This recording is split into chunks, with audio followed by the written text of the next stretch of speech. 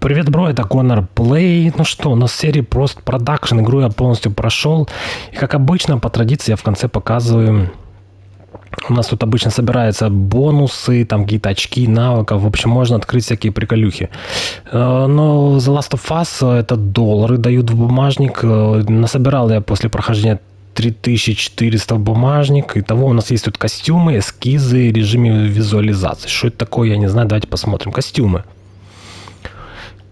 То есть, получается, за эти баксики виртуальные можно купить какой-то костюм, который тебе понравился, но я, правда, не знаю, как он вообще выглядит, они-то его не показывают. Ну, например, так, рубашка с коричневыми рукавами, длинные рукава, коричневая толстовка.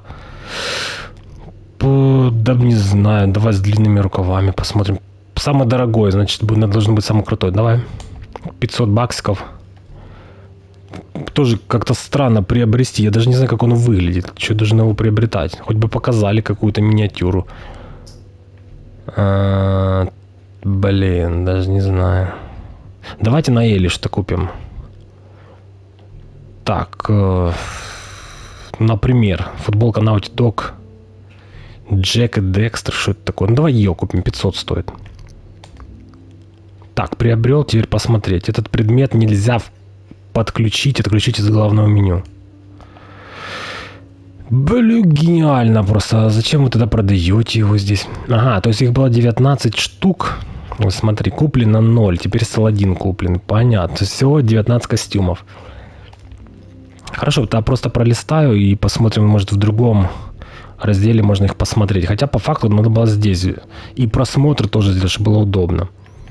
В общем, тут, в принципе, на Джоэла футболки, рубашки и на Элли. И плюс очки и рюкзаки. Но почему-то некоторые под замочком. Почему? Не знаю. Так, эскизы. Галерея рекламных эскизов. Бесплатно. И тоже я, опять же, не могу посмотреть. В разделе главное меню награды галереи. Хорошо. Их 15 всего. Режимы визуализации. Что это такое? Черно-белое затемнение постапокалипсис. Ну, это я понял, да. Можно черно-белый включить и в режиме нуар проходить всю игру. Тоже что-то такое интересное. Так, галерея. Ролики. Это, в принципе, все сюжетные ролики. Разговоры, диалоги. Тут даже минуты показаны, сколько длится этот ролик. Ну, то же самое было в... Что это такое? Я такой, я не помню ролик. То же самое было в Uncharted, я помню, там тоже ролики отдельные.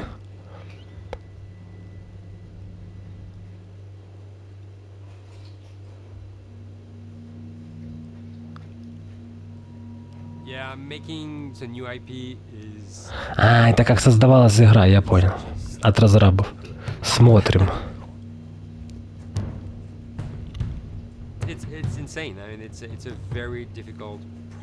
Это очень сложный процесс.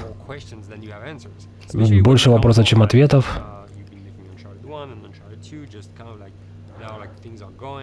Да, это своего рода как разработка Uncharted. Это первая, вторая часть.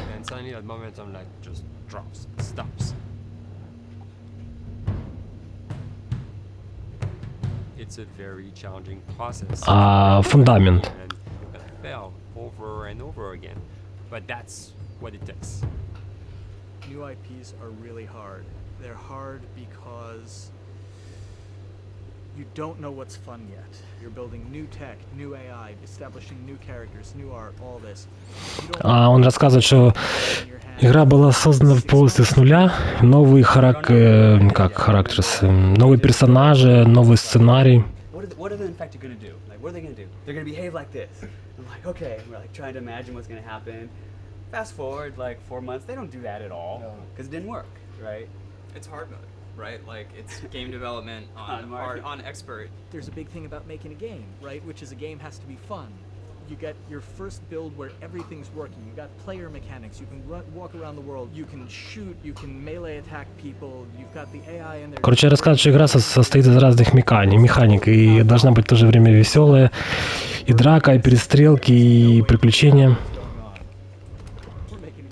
Это запись, даже не знаю, наверное, 2010 год, судя по тому, какой сзади джойстик лежит. 12, наверное, 10. Еще самое начало разработки, судя по всему, потому что игра вышла в 13-м. Ну и процесс создания графона.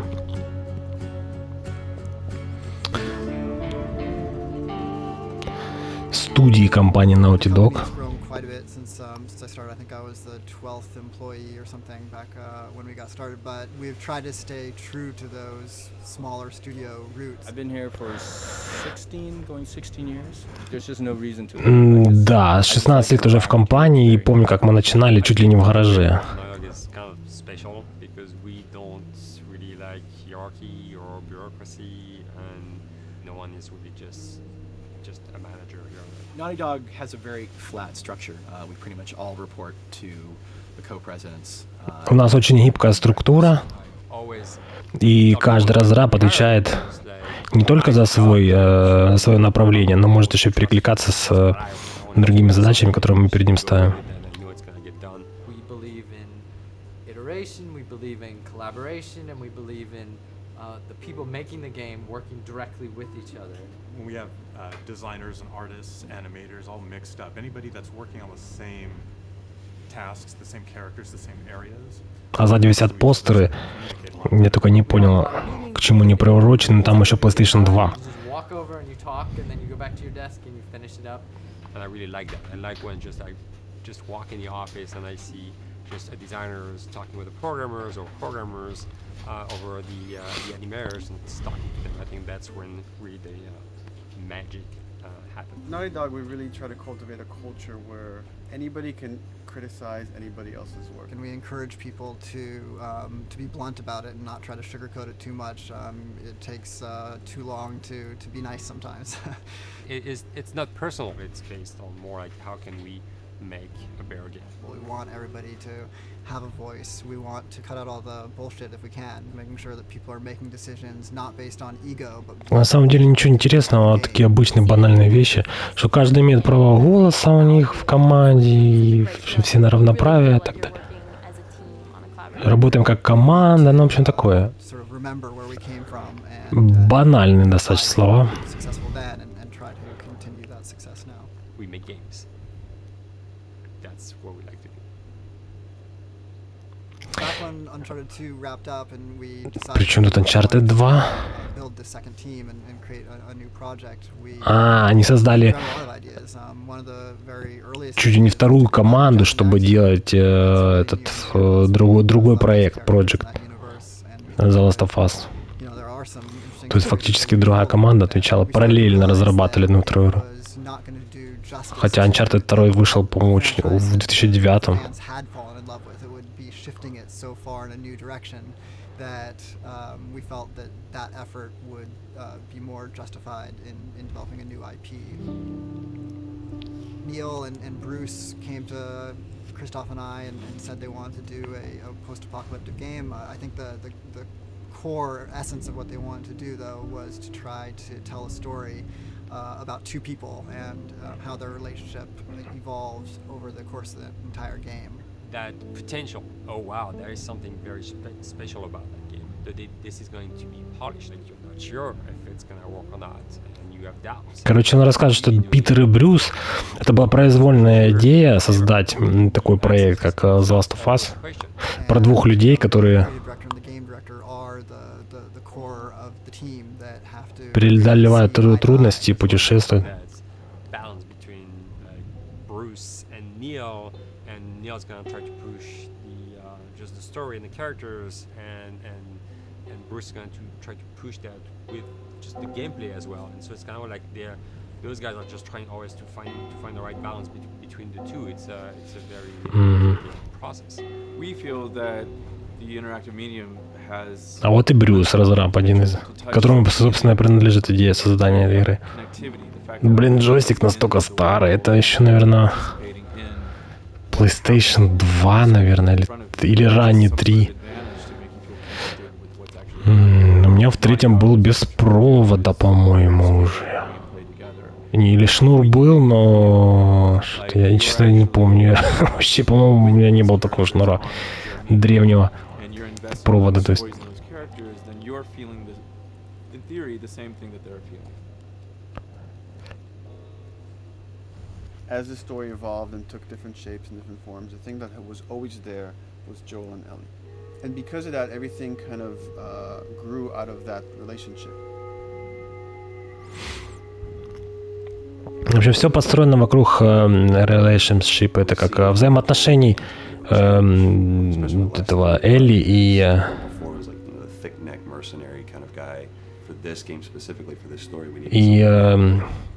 и Джоэла. Он вообще на себя тут не похож. Он больше похож на этого, сериальную версию. Кто видел сериал новый? Мне вообще персонажи не понравились. Во-первых, девочку подобрали. Блядь, вообще какая-то... Ну, она на пацана похожа. У нее такое грубое, как из этого, блядь, из гранита лицо. Вообще никак не нравится мне. Это Элли классно сделали. Она такая вроде миловидная пацанка. Знаешь, на нее приятно смотреть. И классная озвучка. А в сериале вообще девка с челюстью, бля, больше, чем меня, больше, чем мужика. Но она вообще никак. Тут классно, блин, какая она прикольная. 14 лет, она выглядит на 8.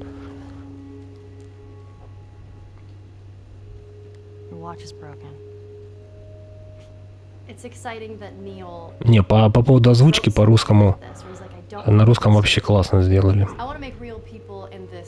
А, она озвучивает Элли на этом, на английском.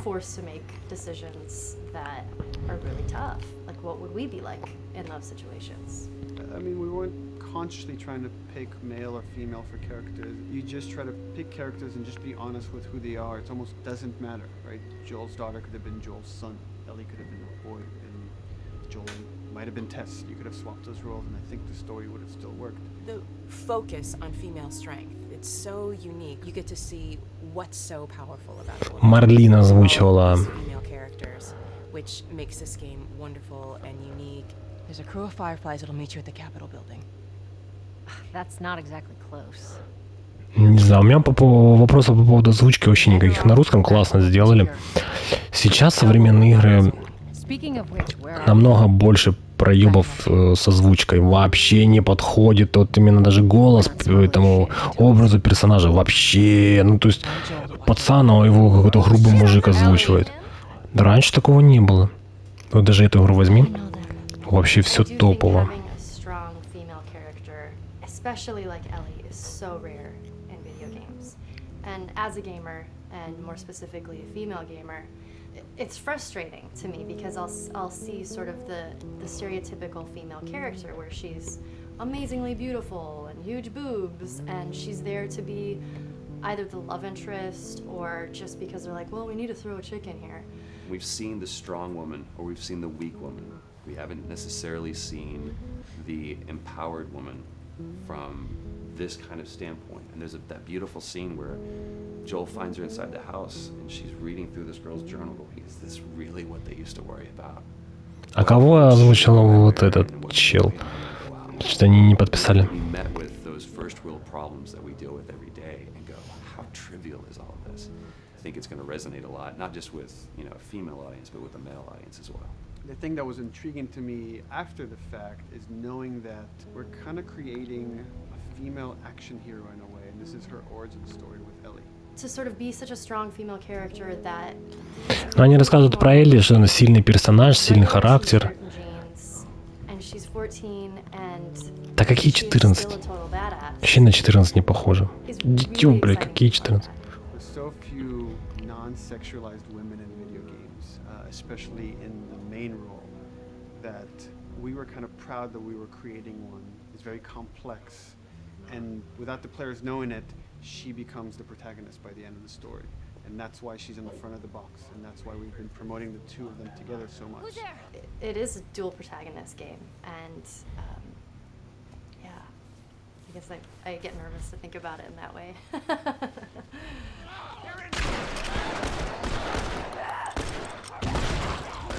We couldn't talk about it. In fact, in interviews we've been lying about it, saying you never play as Ellie because it was so important for that to be a surprise. Sorry, journalists. Here we go.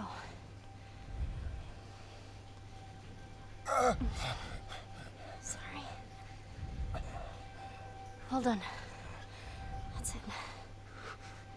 The tone of the game was set pretty early on that we knew that we wanted to make a really grounded story. We knew that we wanted to make the player feel the sense of tension and dread and go through the same emotional roller coaster that Joel and Ellie were going through. One of the things we kind of struggled with is to say, well, if we want to really Вот этот чел похож на Джейми из CSGO, из Virtus.pro. Прям вообще похож. Я сейчас только понял. It's all about humans and how they deal with this post-apocalyptic society and how different people decide to survive. Maybe that would be enough. And what we realized is because we're making an action game, a lot of the storytelling happens on the joystick. And once we remove the infected, it's like all of a sudden now we can't tell the story through gameplay of what happened to the world. And that's where we kind of went back and kind of brought the infected back in, because it lets you see, once you're fighting them, the threat that people had to deal with. That otherwise would just be very cerebral and people could talk about it, but you couldn't necessarily experience it yourself. In a novel that might work, in a game for us, specifically an action game, it didn't work. And from there, when we start kicking around those ideas, and we're just like, what would be cool just to play? The early inception for it really came from a BBC video we saw called Planet Earth, where they were talking about a cordyceps fungus. This cordyceps fungus gets inside of the brain and controls these ants, and mandibles start chomping, they grow up to higher areas, cordyceps fungus sprouts out, and then it germinates. And essentially uses them to spread its infection and take over whole colonies, sometimes wiping them out. As soon as we saw it, we were intrigued by the idea of what if it jumped to humans?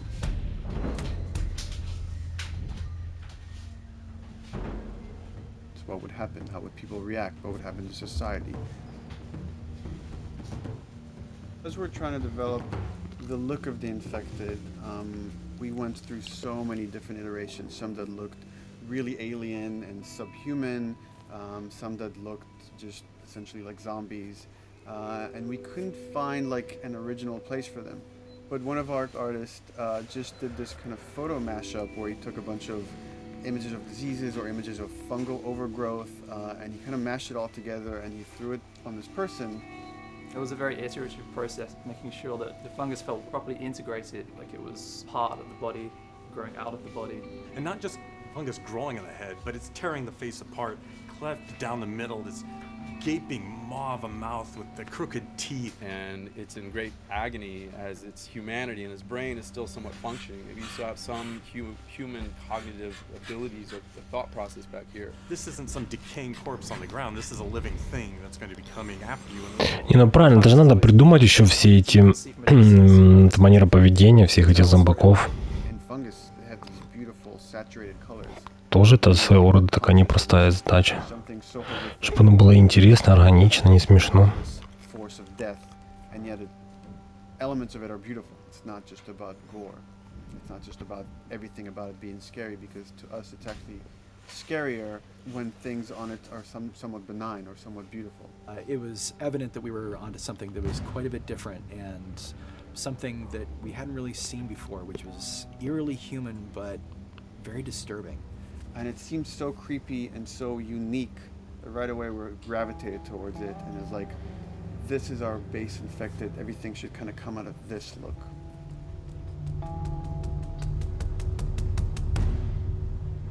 So once we had this idea of the face-splitting kind of look that eventually became what we called the clicker stage. We went to great lengths to create a full biological cycle for these things. So in the early stages, you don't actually see too many signs of the fungus surfacing out of the skin. It's kind of underneath it, like people have lumps starting to show. The eyes will be kind of cloudy or lopsided because the fungus kind of originates inside the head. That moves into the next phase, which is the clicking phase. And if they mess with the eyes, we end up saying, well, how do they get around? Oh, echolocation. And they use a form of echolocation to track down their enemies. Just like bats or even some blind people can see by making a clicking sound, a sound that on its own wouldn't be very scary. And then too associated with something that people Но он рассказывает, что они слепые и реагируют только на звук, но как мы проверили в игре, ничего подобного, блядь. Я подхожу к ним, они даже очень зрячие. Когда им надо, они видят хорошо, блядь. Непонятно только чем.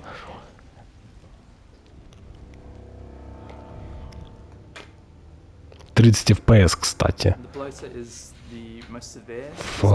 Справа вверху видно. А это топляк. Жесткий.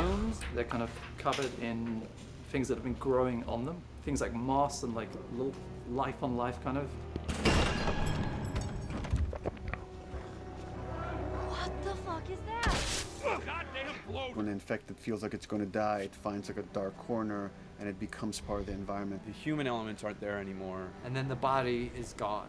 They lay down and sprout and then spew spores. And if people can breathe those spores, they become infected as well. It all had to kind of make sense of how each stage flowed from one to the other. And that's hopefully how we've created a world that you can kind of look through it and understand the science behind it and say, I could buy this, I could get into this.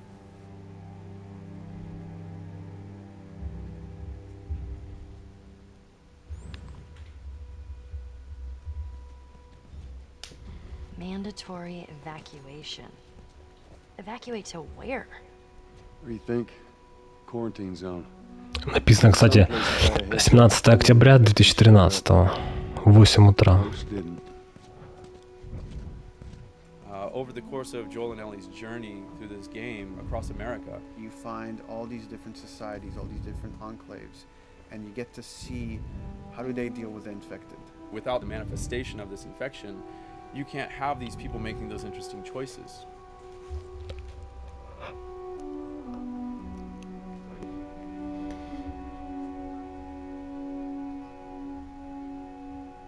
The world we decided was actually its own character, really grounded with a lot of texture.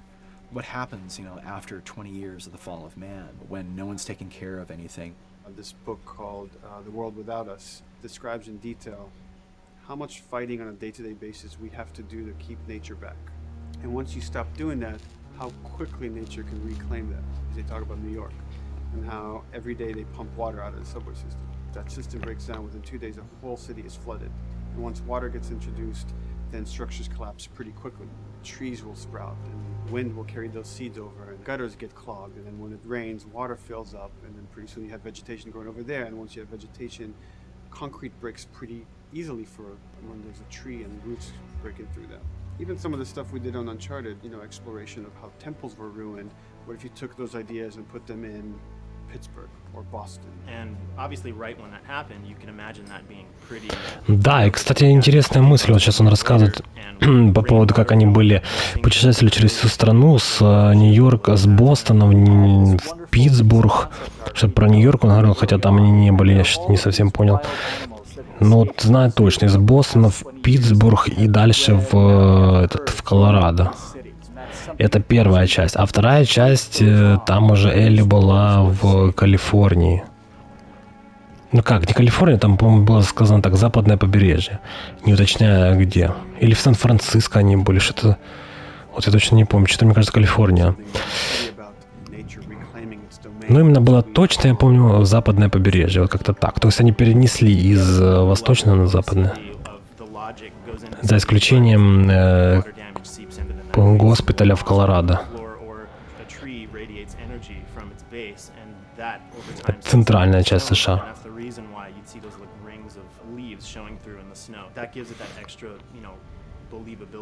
Ну, собственно, по снегу это и так понятно. Кстати, в Колорадо там самые классные у них Солт-Лейк-Сити, эти снежные всякие. Там, например, очень много всяких склонов для лыжников в таком духе. Причем со снегом там дефицита нет, там же горная местность и заснеженная. Ну, как раз сейчас он про это рассказывает.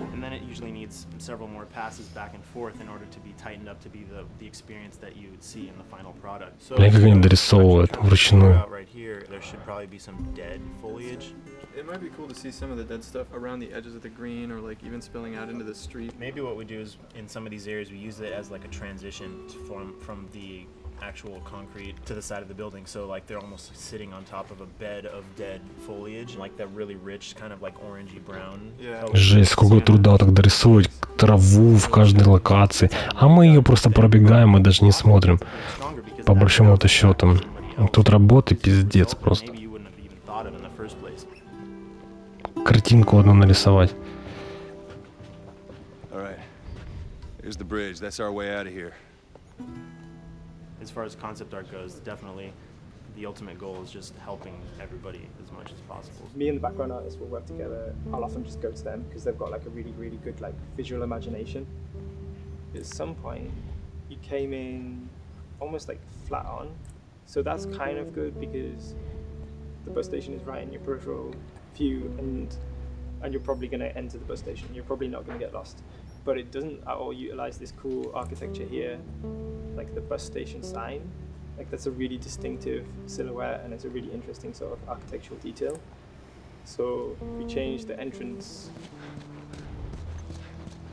Look at that. Another city, another abandoned quarantine zone. I think it's a better composition anyway. It's not so like symmetrical. And I think that was done so that this sign read better. If you didn't see the word bus on it, you might not know it's a bus station. So I think that helps. Everything we're doing in the environments is relating back to what you should be feeling in the story or what's happening to these characters. So is that everything you hoped for? Jury's still out. But man, can't deny that view. Come on, this way. По-моему, на английском ее голос слишком взрослый для Элли. Прям вообще такая тетка уже. Too much. It took us a while to find our Joel, but for Ellie, I think Ashley was the second or third candidate to walk in, and right away. Эшли была вторым или третьим кандидатом для озвучки. Вот сейчас он рассказывает. Я же говорю, что не подходит. А что случилось с первым кандидатом? Не подошло?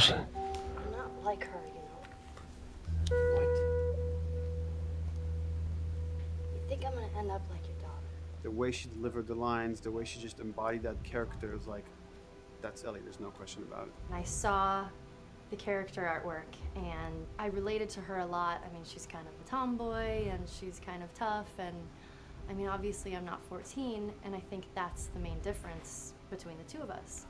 I read the scenes and I was like, I need to play this part. You want to be my hero?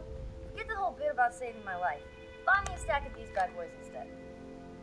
Where'd you get that? Back at Bill's. I mean, all this stuff was just lying around.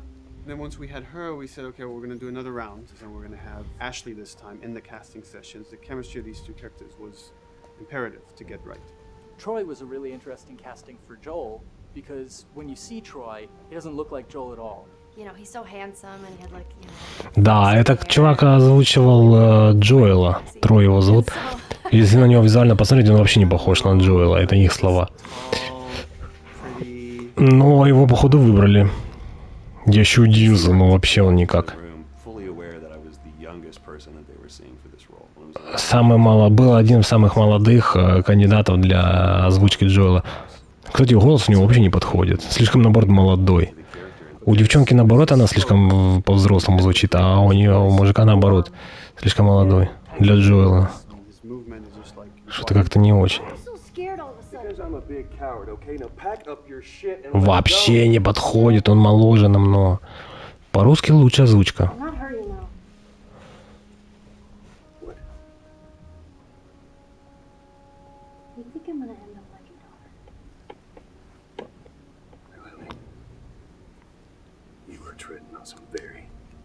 Какая актерская игра. It was Ellie and Joel. After he read, it was just like that was it. I've done some video games in the past, but to be handed the mantle of a franchise like this was a pretty big honor. Is she alive? She's alive. She's David's newest pet. Ah! Where? In the town. She's in the town.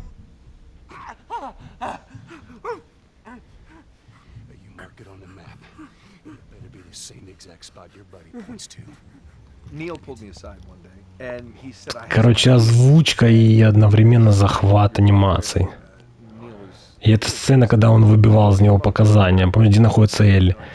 И потом вот я обоих грохнул. А, это Нила я озвучил. Ага, я понял. Педофила этого, я понял. Нил Дэвида озвучил. В принципе, голос подходит, да, мне нравится. Вот этот чел озвучил его. Drake eating people, that's a whole nother game. How did you put it?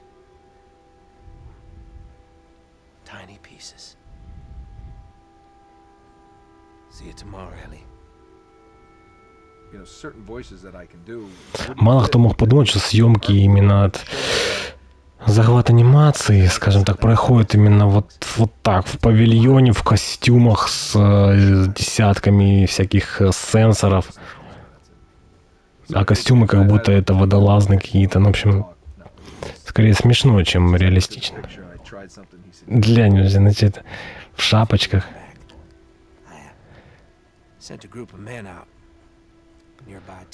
Вот тебе и захват анимации.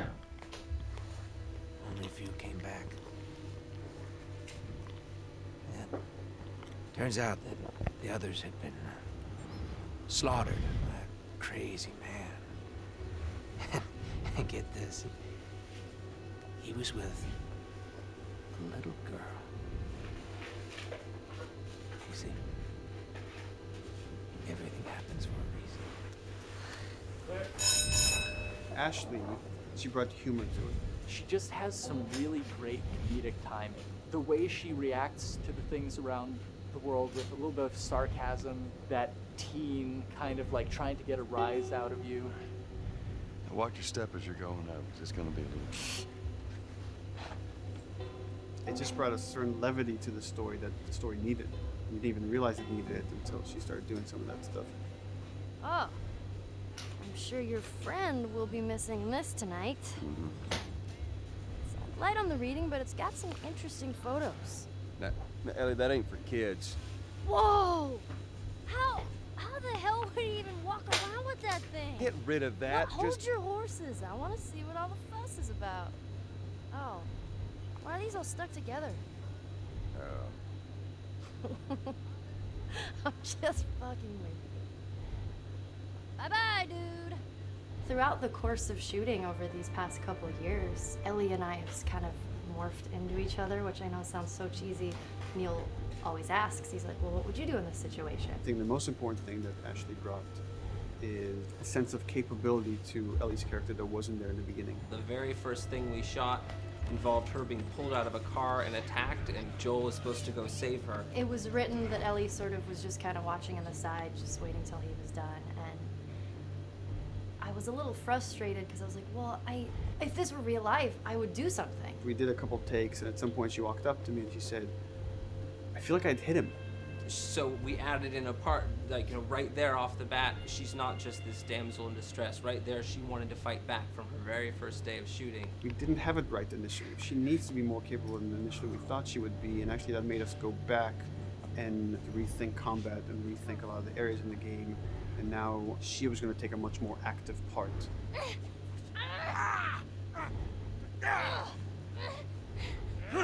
Anything that requires, a lot of body movement, we do with the actors on the mocap stage. And we try as much as possible to use our actual principal actors, use their body motion as well as their voice. We capture it all at once there on the stage. Having the actors perform as well as being recorded at the same time was imperative to get an accurate performance. Because every time you split up the performance in any way, you lose some of that magic where they did a gesture or they delivered the line a certain way.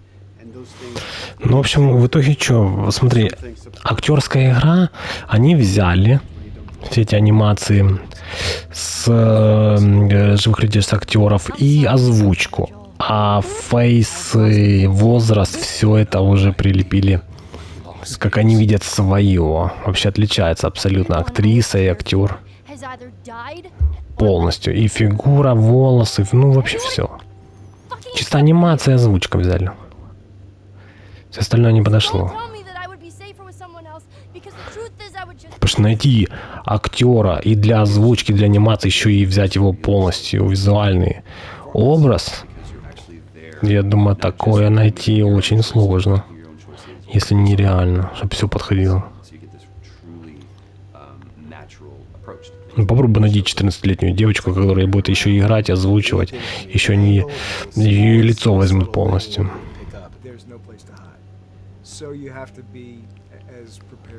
Томми, да? Вот этот чел. There are these little improv moments and, you know, little nuances that you get that probably isn't scripted, that just comes out of play, you know, while they're performing, that mistake that is just... Короче, тут не ролик, тут полноценный фильм, реально. Did we improv on The Last of Us? Yes. Yes, we did. Doing this was a whole lot like being 5 playing in the backyard with a stick, you know, and this is my machine gun, and you know, and a pine cone is my hand grenade. It's all your imagination. I'm doing the exact same shit that I did 45 years ago. I just get paid for it now. We square. We're square. And get the fuck out of my town. I don't do a lot of voiceover work, so for me it was nice to be able to work off of your other actors. I can't imagine it working any other way. I'd never done mocap before. I didn't know what to expect. The suits were crazy. Yeah, the suit gave me wedgies. Like, deep wedgies that I had to pick out with my middle finger. Too much information. Just how damn sexy I look in a motion capture suit. I look like 10-pound of sausage in a 5-pound casing in that thing, man. Once you get past the fact that like everybody else and you look like weird clown people with these little dots and stuff, once you like give over to that, it really was pretty easy to make it just feel like you're in the moment and in the scene. Everyone that was on this is a slam dunk. This isn't just another gig to them, and that creates a really cool energy for people to really start experimenting and playing jazz. Floor's yours. Action.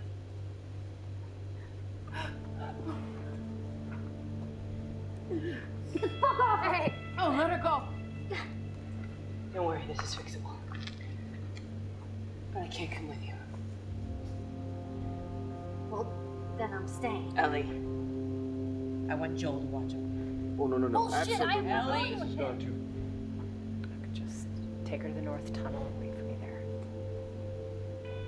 Jesus Christ. Just cargo, Joel. How do you know them? You know, we craft the scene out until it has a good feel, and then we pass it off to animation to clean it up. Real life motions don't necessarily always translate into gameplay. There's something that's usually missing, so we have to, you know, maybe enhance the gesture or enhance the shoulder movements or a breath that you want to be able to feel, but you don't really see it, so you can't really feel it unless you see it. Is everything all right? Yeah, everything's fine. I could have him lean in here a little bit more, like this, take his hand down. When they're on stage, they don't necessarily have windows, you know, so that weight of like really pushing and leaning in, it's something that we would have to accentuate. You know, give him a little bit more weight on that turn, or put his head down a little bit more. There's a lot of dialogue that gets said between the two characters. We have to bring out a lot. Бля, этот чел так похож на... О, короче, ой, на кого же он похож? На Арджун с Ютуба, который машины обозревает. Не машины обозревает, что он делает? Короче, копов всякую херню на них пиздит. С Харькова. Вообще один в один. Лень одно лицо. Through the animation, not just the dialogue, you can see that she's more comfortable around him. If that reads well with the player, then, you know, we're doing our job.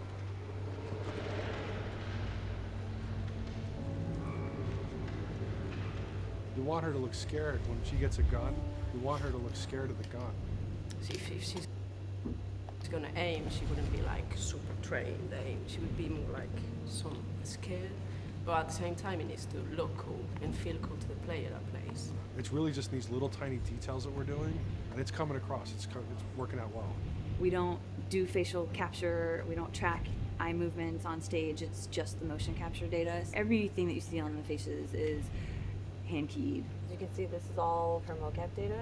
And so when I'm doing something like this, I go back and forth to performance that she was giving, and I watch just this section over and over and over again. So this is our default phase, where I can make everything super extreme and make her all squinty and angry, turn her frown down. I can open her mouth, stick her tongue out. Listen, watch. Okay, where's her mouth at this point? Like, is it open? Is she making like a grimace? About Tess, I don't even know. Here's how this thing's gonna play out. You don't bring up Tess. Ever. In fact, we just keep our histories to ourselves. We shoot all of it to just get the body motion, and then we'll do a second pass with the cameras. The scene's playing back on an overhead projector, but it's also playing back on a monitor that's attached to my rig. Sean and I would go to the stage and motion capture the camera filming the scene, and so he would get a whole wide shot, a whole close-up for the whole scene. You know, you can change your lenses, you can use your standard 35, 85, 50s, whatever, all that sort of live action camera cinematography, you can apply it on stage. We make sure to go back in and add flaws. We keep the confinements of the room so the camera can't go past a certain wall, because then we have this cheated perspective. If the cameraman bumps into the wall, we keep it. You know, missing focus hits when you're pulling focus, going too close to the character and reframing, those little moments in there. It kind of keeps it very cinema verite. If everything was too perfect, you wouldn't be able to put your finger on it, but you'd be able to feel it. It would just feel off. It's very much about grounding it, despite having the option to do whatever we want. Being able to place the cameras anywhere we want after the motion capture gives us both advantages and disadvantages. The biggest advantage is it means that we just have to nail the best performances we can get, and the luxury is that we can always swap it. The 3D world gives you limitless opportunities with cameras and movements, exposures, all that stuff. Most of these cameras are sort of set up like real world cameras. So we have lens, we have f-stop that will create the depth of field.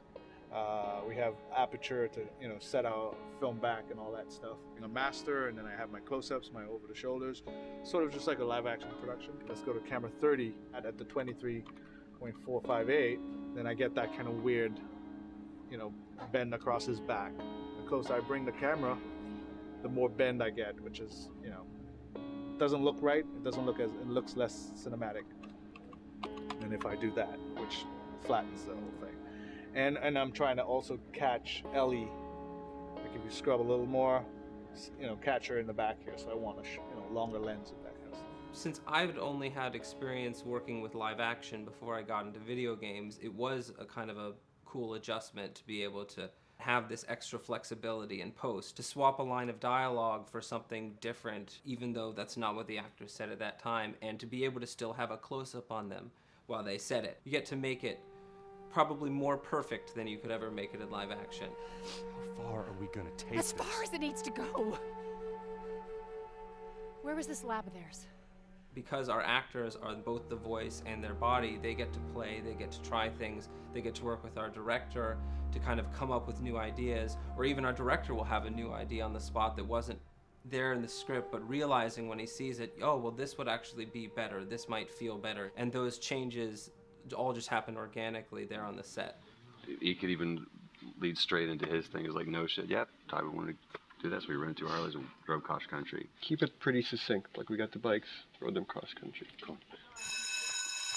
It's shocking to me that this is Neil's first time directing. There was a specific tone and a specific approach that Neil and Bruce wanted to take with this. It just came down to there's nobody who knows this story better than you, and then there's nobody that knows these characters better than you. Why don't you just do this? He and I actually had a conversation about it. He says, I think I'm going to try this myself, and I'm not sure.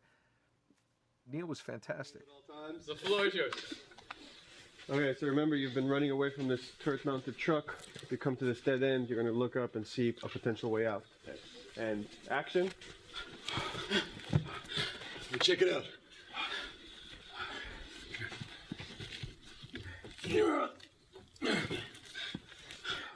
I mean, his writing is honest, and it's dangerous, and it's natural. And I love his economy of words. He doesn't hit everything on the nose, so it leaves it open for you to interpret and bring some nuances and things like that. The entire process is collaborative, but really it's led by Neil's willingness to change and flow and decide something doesn't work, fix it right there in the moment. And it is something that's very foreign to the way that TV and film is done now, where everything has been micromanaged by the time you get it to the table read, and no one wants you to change anything, and everything's very precious and has been rewritten with notes from 20 people in suits, and you can't do that just anywhere in entertainment these days. Yeah, I want to make sure. I think I swung too far over to this way, and now it's a little bit of making jokes about it, and I need to bring it back to center a little bit.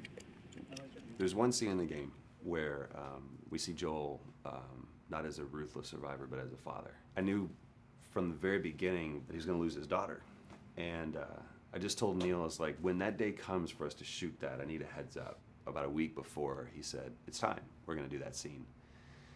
I was like, okay, because I knew that I was going to have to go to this place that you don't really want to go to as an actor. You want to find some aspect of reality that you can empathetically draw from, Troy and I were both kind of just like walking around for a while and just kind of getting into the zone, and well, my grandpa died when I was 8. He was like my dad, and so that's always what I use to get into that place. I started recalling all those memories and starting pulling up all those feelings, and they're just right underneath the surface. When I walked back in, everyone realized that something was different. They kind of like calmed down. You could feel the energy just like drop a little bit more. It was brutal. I lose my shit. I mean, just completely break down. Don't do this, please, God, no. Oh, God, no.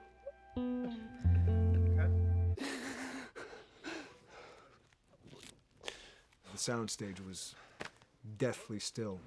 It was the first take, and I felt really good about it. And it was like, Neil said, okay, let's do it again.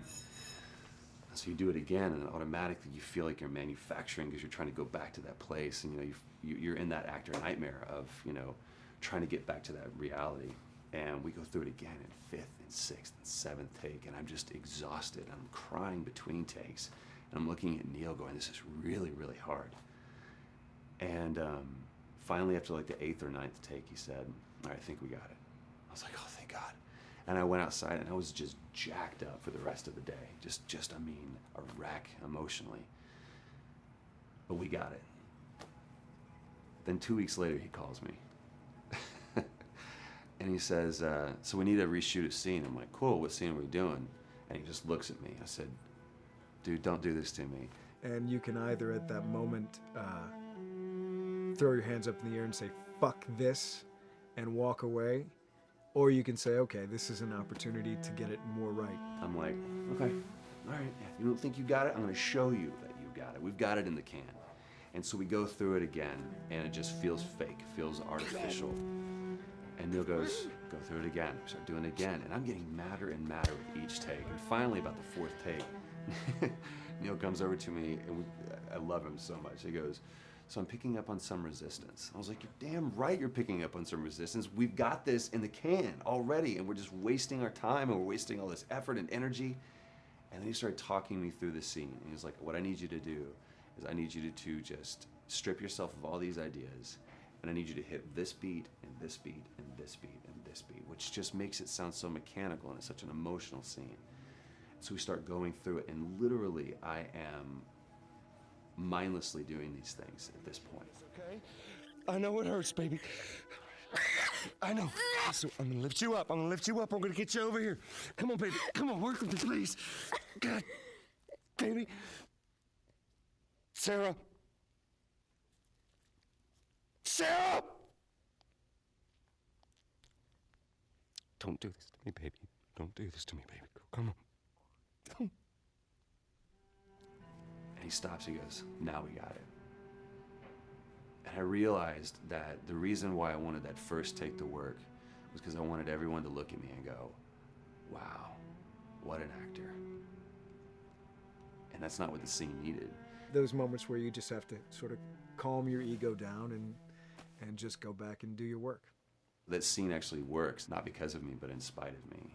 And that really is the marker and definition of working with a truly good director. There are many like it, but this one is yours. Why don't you have a seat?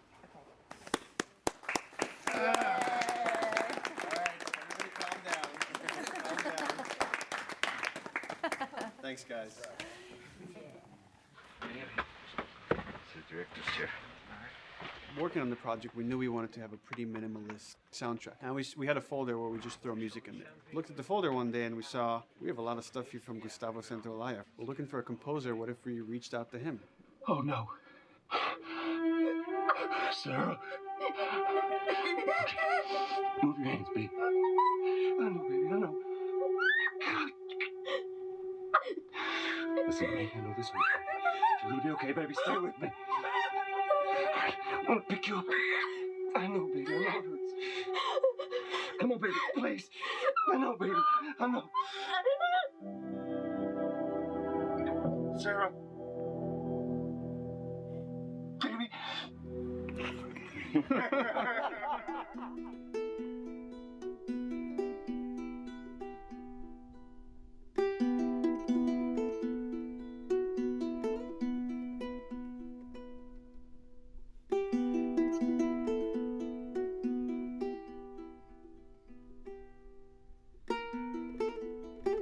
My life has been and still is kind of like a road movie. I grew up in Argentina. I came to the United States in 1978 because we had a horrible political situation in Argentina. We had a military dictatorship where 30,000 people disappeared at the hands of the government and many other more were tortured, and I was blacklisted.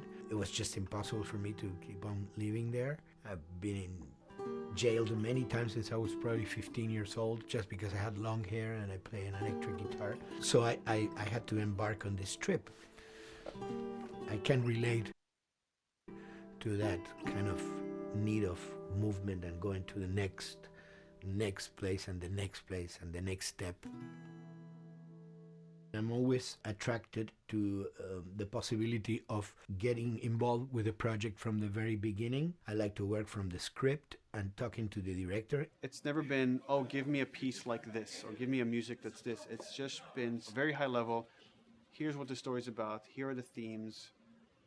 Go write some stuff. Since I don't know how to really read or write music, the way I produce music is actually recording it. So I like to come early in the projects, and I did in The Last of Us.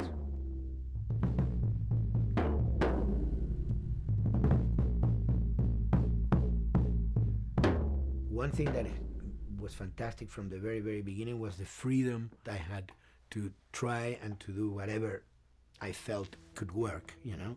As the story was still being written, you could listen. Да, музыку как раз написал вот этот вот взрослый мужчина, но он аргентинец. В общем, он рассказал, что он в 79-м эмигрировал в США, бла-бла-бла, там по своим причинам. Но именно он написал эту музыку замечательную для игры.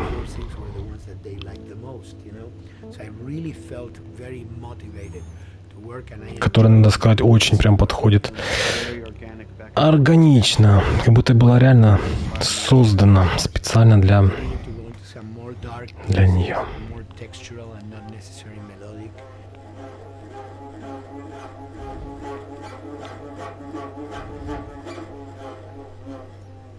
I'm always trying to sort of push myself into playing instruments that I don't know how to play.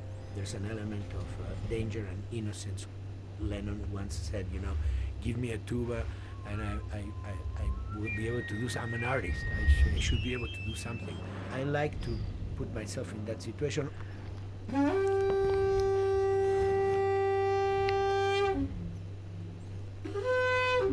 So these are just PVC pipes in construction.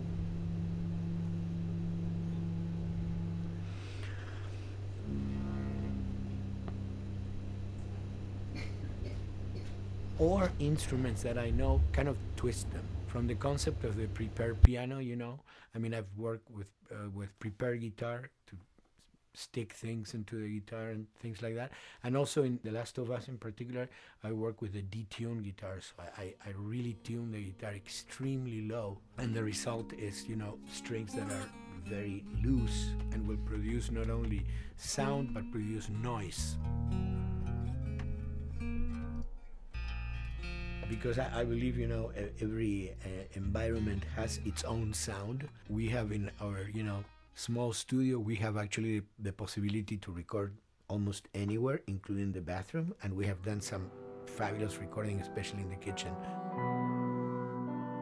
When you score to picture, which is something that I don't do, then you know what you're gonna expect. But when you provide people with music, like I've done in all the films that I've done, and then you see it, how the director decided to use that, you know, in what particular way he uses it or where they edit it. It's always fascinating to me. I watch a scene and I'm going, you know, it's fantastic how they use this piece. I would have never, of all the music that I've done, probably I would have never used this piece there, but it works, you know, great. So I like that feeling of collaboration.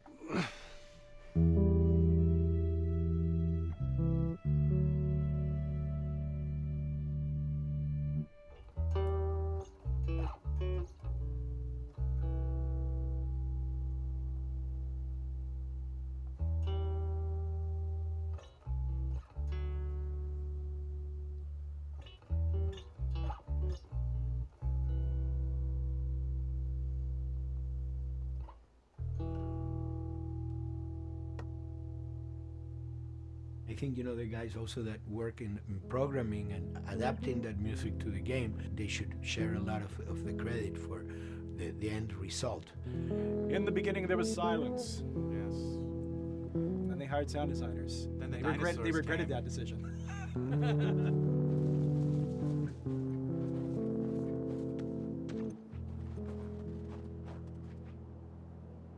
Hold it steady. Ha! Got you!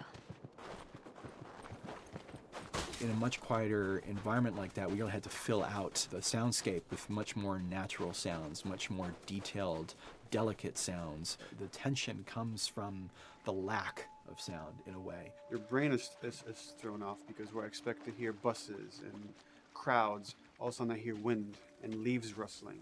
Again, it's creepy and beautiful at the same time because it's almost like I'm going on a hike, but I'm in a downtown area.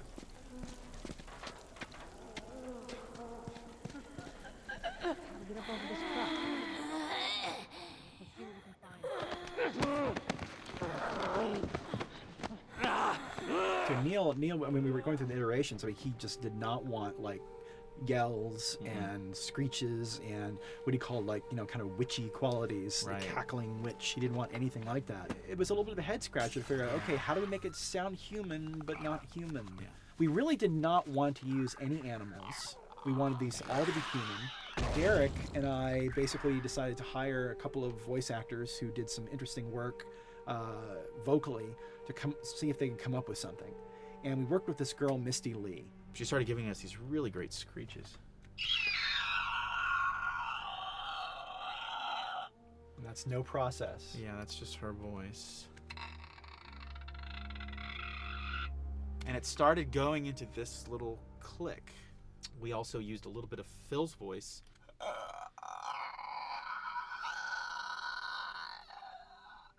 We'd combine that also with an occasional Derek. That's just me, you know, moving my tongue. And what that kind of did was it sort of grounded it all, like maybe in the mouth area, the wetness, all that kind of stuff. And it adds a nice texture, actually. This is a composite of all the bits I just told you about.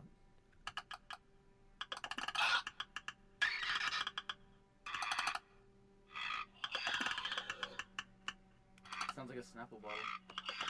Oh, the lid? Like the lid, yeah. Hey, that's a good idea. Fuck, where were you guys like months ago? Why didn't we think of that? Why did we think of that?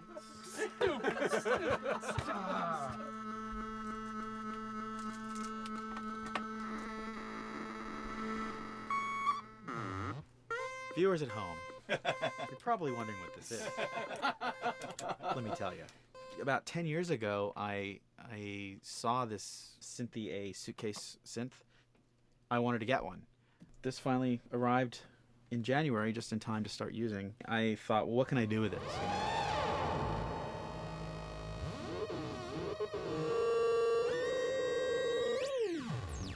In Lakeside, there's a whiteout that happens, and this thing has a noise generator which gives really convincing wind sound.